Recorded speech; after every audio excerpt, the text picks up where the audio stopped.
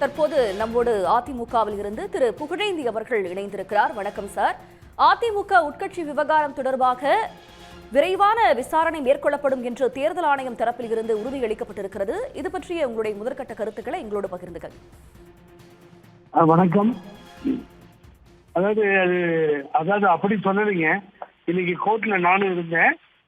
தேர்தல் ஆணையத்தின் தரப்பில் வேகமா விசாரிக்கிறோம்.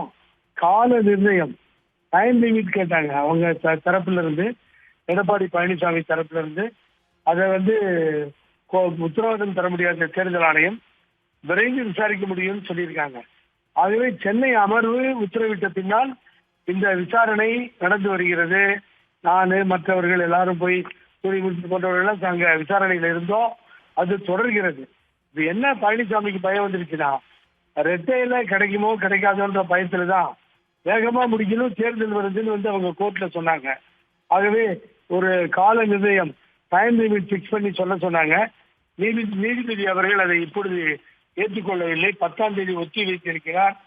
நாம் மனுக்கள் கொடுத்து பல வருடங்களாக நிலுவையில் இருக்கிறது தேர்தல் ஆணையத்தில். It's all the representation pending before the Election Commission of India சோலாம். அதையெல்லாம் எடுத்து விசாரிச்சு முடிக்கல. ஆகவே இதுக்கு என்ன இப்ப அவசரம்? எலெக்ஷன் வருது, எங்களுக்கு சின்னத்தை கொடுங்கன்னு. ஆகவே பயம் வந்து விட்டதால் இந்த எப்பயோ போட்ட மனுவை இப்ப கொண்டு வந்து அதுல ஏதாவது ரெமெடி கிடைக்குமான்னு பாக்குறாங்க. ஆகவே 10ஆம் தேதி தான் தெரியும். 10ஆம் தேதி இந்த வழக்கை எடுத்துக்கொள்வதாக நீதிபதி சொல்லியிருக்கிறார். கவுண்டர் கொடுக்காம இருந்தால் இப்பொழுது அதை தருவதாக ஒப்புக்கொண்டிருக்காரு. காப்பி அப்ளிகேஷன் அதை கொடுக்கவில்லை, கொடுப்பதாக ஒப்புக்கொண்டிருக்கிறார்கள். ஆகவே இன்னைக்கு ஒன்றும் துரிதமாக நடவடிக்கை என்பது இல்லை. அதாவது எவ்வளவு சீக்கிரம் முடியுமோ அவ்வளவு சீக்கிரம் விசாரிக்கப்படும் தேர்தல் ஆணையத்தின் தரப்பில் சொல்லப்பட்டது. உடனுக்குடன் செய்திகளை தெரிந்து கொள்ள சன் நியூஸ் பெல் ஐகானை கிளிக் பண்ணுங்க.